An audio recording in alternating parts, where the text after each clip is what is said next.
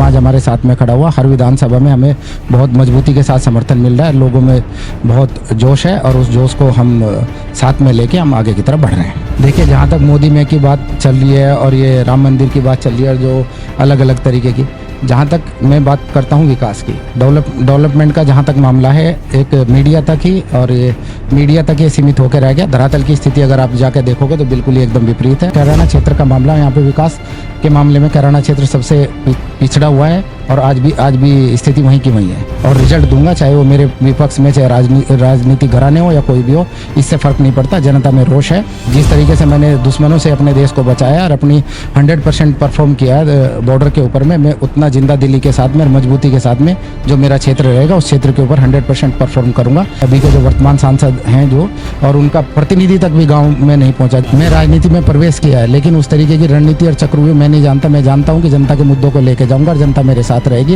ये दूसरा और तीसरे का निर्णय वो लोग करेंगे, हम प्रथम पे हैं, ये निश्चित है। जेडीयू अपने दर्शकों को तमाम अपडेट देने का कार्य कर रहा है। हाल ही में हम कैराना लोकसभा में आए हैं। कैराना लोकसभा में बसपा के प्रत्याशी श्रीपाल राणा जी हमारे साथ है, बातचीत करेंगे किस मुद्दे पर आप चुनाव मैदान में आए हैं। हालांकि डिफेंस के क्षेत्र में 20-22 साल बिताकर अपनी सेवा देकर आए हैं। उसके अलावा जो है, इनका बेंगलोर में कोई बिजनेस है, उसमें बिजनेस में भी आप पार्टिसिपेट करते हैं, समाज सेवी हैं और तमाम जनता के बीच में आप बने रहे हैं।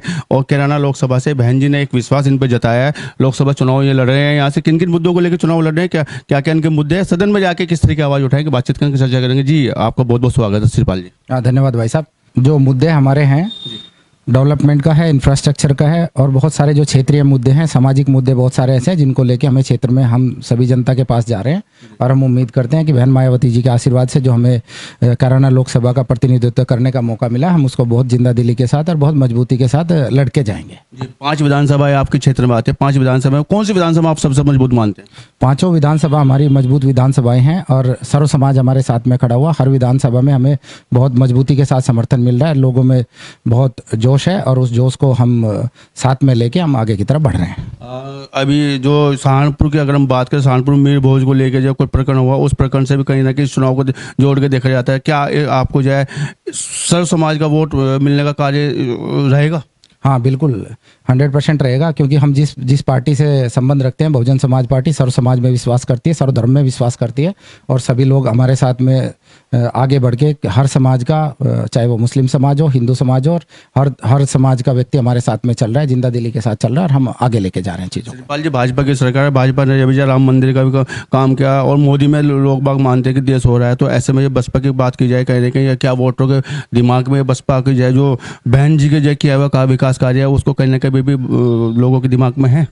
देखिए, जहाँ तक मोदी में की बात चल रही है और ये राम मंदिर की बात चल रही है और जो अलग अलग तरीके की, जहाँ तक मैं बात करता हूँ विकास की, डेवलपमेंट का जहाँ तक मामला है, एक मीडिया तक ही और ये मीडिया तक ही सीमित होकर रह गया। धरातल की स्थिति अगर आप जाकर देखोगे तो बिल्कुल ही एकदम विपरीत है। आप गांव में, गलियों में, कस्बों में, छोटे छोटे कस्बों में जाके देखिए, विकास का जो स्तर है वो वहीं पे है जो 10 साल पहले था। इस 10 साल के दौरान में ग्रामीण स्तर का सुधार और जो कस्बा स्तर का सुधार आज भी वहीं का वहीं है। जी, क्षेत्र में आप भी आए हैं, क्षेत्र में चर्चा में भी अभी आए हैं। जब से आपका टिकट हुआ उसके बाद में कितने लोगों को आप मिले, क्या आपका रहा है कि किस तरह से आपका लोगों को अभी आपने गांव देहात की बात की, गांव देहात में इतना काम नहीं हो पाया है, तो इस काम को आप कैसे कराएंगे? क्या आपका रहेगा, क्या मैनिफेस्टो रहेगा, किस तरह आपको इस काम को कराने का कार्य करेंगे? हम जब से हमारा नामांकन हुआ है तब से हम क्षेत्र में प्रचार प्रसार के लिए निकले हैं और हर तरीके से हर गांव घर तक जा रहे हैं और जनमानस की समस्याएं सुन रहे हैं। और अगर सारी चीज़ें ठीक ठाक रही तो इन सभी समस्याओं का समावेश हम कर रहे हैं और समावेश करने के बाद में अगर जनता का आशीर्वाद रहा और हम सदन तक पहुंचे तो ये सभी जो जनता के मुद्दे हैं, सभी मुद्दों को हम सदन में लेके जाएंगे और सदन में बहुत मजबूती के साथ में उठाएंगे मुद्दों को और जो क्षेत्रीय विकास का मामले है आपको विकास कराने का प्रयास करेंगे। क्या क्या मुद्दे रहेंगे कैराना का? जो सबसे पहली बात, एक बात बता दूं मैं आपको, यहाँ जो उत्तर प्रदेश में कहीं ना कहीं हल्का फुल्का सा हम बोल सकते हैं कि विकास है, लेकिन जहाँ पे कैराना क्षेत्र का मामला है, यहाँ पे विकास के मामले में कैराना क्षेत्र सबसे पिछड़ा हुआ है और आज भी स्थिति वहीं की वहीं है। नहीं तो इसमें जो ऐसा क्या लगता है कि कैराना में जो सुदूर रहा है, हालांकि जो कैराना जब बाबू हुकम सिंह रहते थे, कैराना प्लान कैराना के नाम से जाना जाता था, अब हाल में स्थिति सुधरी है, लेकिन अभी भी आप कह रहे हैं कि कैराना में कुछ होने की जरूरत है। क्या होने की जरूरत है, किस विकास की आप बात कर रहे हैं? मैं पलायन वाले मुद्दे पे मैं ज़्यादा नहीं बोलना चाहूँगा। मैं इतना ही बोलना चाहूँगा कि मैं विकास मेरा मुख्य मुद्दा रहेगा और उसमें विकास के मुद्दे में एक एजुकेशन रहेगा, डेवलपमेंट, इंफ्रास्ट्रक्चर, इन सभी पानी और विद्युत व्यवस्था, इन सभी मुद्दों को लेके मैं आगे जाऊंगा। सतपाल जी, आपकी जो है लड़ाई या कहा जाए चुनाव में जो आपकी जो है चुनाव होने जा रहा है, एक परिवार तो है जो लंबे समय से राजनीति में रहा है, कैराना घराना जिसको हम जानते हैं, हसन घराना जिसको हम जानते हैं, वहाँ पे जो है अख्तर हसन भी जो है एमपी रहे हैं, उसके बाद में मुझे क्या नाम मुनव्वर हसन भी एमपी रहे हैं, तबस्सुम हसन भी एमपी रही है, उनकी लड़की अब चुनाव लड़ रही है और नाहिद हसन भी वहाँ पे विधायक है। दूसरी ओर अगर हम देखते हैं तो वर्तमान सांसद गंगोह क्षेत्र से विधायक रहे हैं प्रदीप चौधरी और अभी हाल में सांसद है, उनसे आपका मुकाबला, इस मुकाबले में आप कहाँ पर आपको देखते हैं? मैं एक चीज़ आपको बता देना चाहता हूँ स्पष्टता से, मेरा राजनीतिक पृष्ठभूमि से नहीं आते? नहीं, मैं राजनीतिक पृष्ठभूमि से नहीं हूँ। और जैसे अभी आपने बताया कि हमारे जो है हमारा मुकाबला जो है दो राजनीतिक घराने और जो एक घरानों के साथ में, मैं मान के चलता हूँ कि जनता जनार्दन से बड़ा कोई घराना नहीं होता। और जिस तरीके से ये तो लोकतंत्र है, लोकतंत्र में कोई घराना साथ नहीं चलता। लोकतंत्र में जनता ही सर्वोपरि है और जनता जो निर्णय लेगी, जिस तरीके से निर्णय लेगी, वो हमें सर्वमान्य होगा। नहीं, जनता के बीच आप जा रहे हैं तो लोगों को क्या विश्वास दिला रहा है कि मैं आपके बीच में आया हूँ, नया चेहरा हूँ, क्या स्पेशल क्या हो जाएगा अगर आपको जो जनता जो सदन में भेज दिया? स्पेशल मैं एक चीज़ बता रहा हूँ, मैं एक फौजी रहा हूँ, 22-22.5 साल नौकरी मैंने की है, सीमाओं की रक्षा करी है।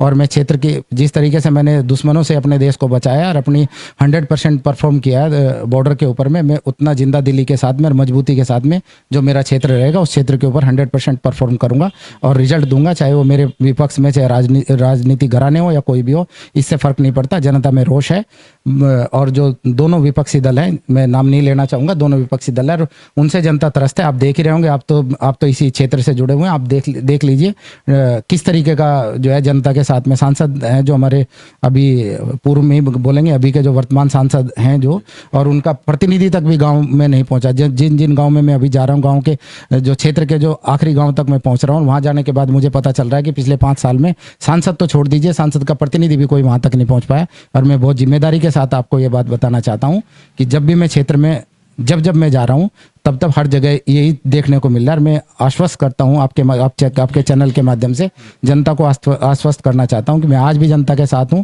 और कल अगर ईश्वर ने आप लोग की सुनी तो कल भी मैं आप लोग के साथ में रहूंगा। बीएसएफ में रहे हैं, फाइटर की आपने बात किया, फाइटर मैन आप हैं, तो विजय सीधी कैसे प्राप्त होगी? कोई क्या आपने जो इस तरह का रणनीति तैयार की है? कोई चक्रव्यूह आपने तैयार किया है कि नया आया हूँ मैं आपको चक्रव्यूह चलाऊंगा और मैं जीत जाऊंगा? क्या रणनीति के साथ आप जो क्षेत्र में जा रहे हैं? ये रणनीति और चक्रव्यूह ये तो राजनीतिक लोग करेंगे।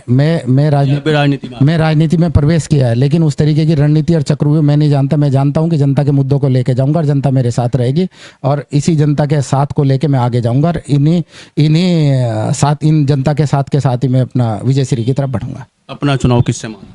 मेरा चुनाव किसी से भी नहीं है। बहुजन समाज पार्टी बहुत अच्छे मार्जिन के साथ जीत रही है। ये दोनों विपक्षी दल दोनों डिसाइड करेंगे कि दूसरे पे कौन है और तीसरे पे कौन है। नहीं, किससे जीत रही है?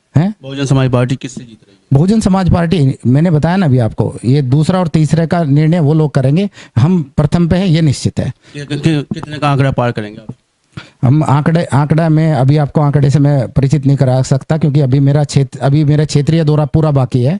क्षेत्र में जाने के बाद में अगर ये सवाल आप 17 तारीख को मुझसे करोगे तो 17 तारीख को मैं ये जरूर बता दूंगा कि आंकड़ा हमारा क्या होगा। फिलहाल जो बहन जी की जो लहर चल रही है उस लहर के मुताबिक मैं बता रहा हूँ आपको कि जीत हमारी निश्चित है।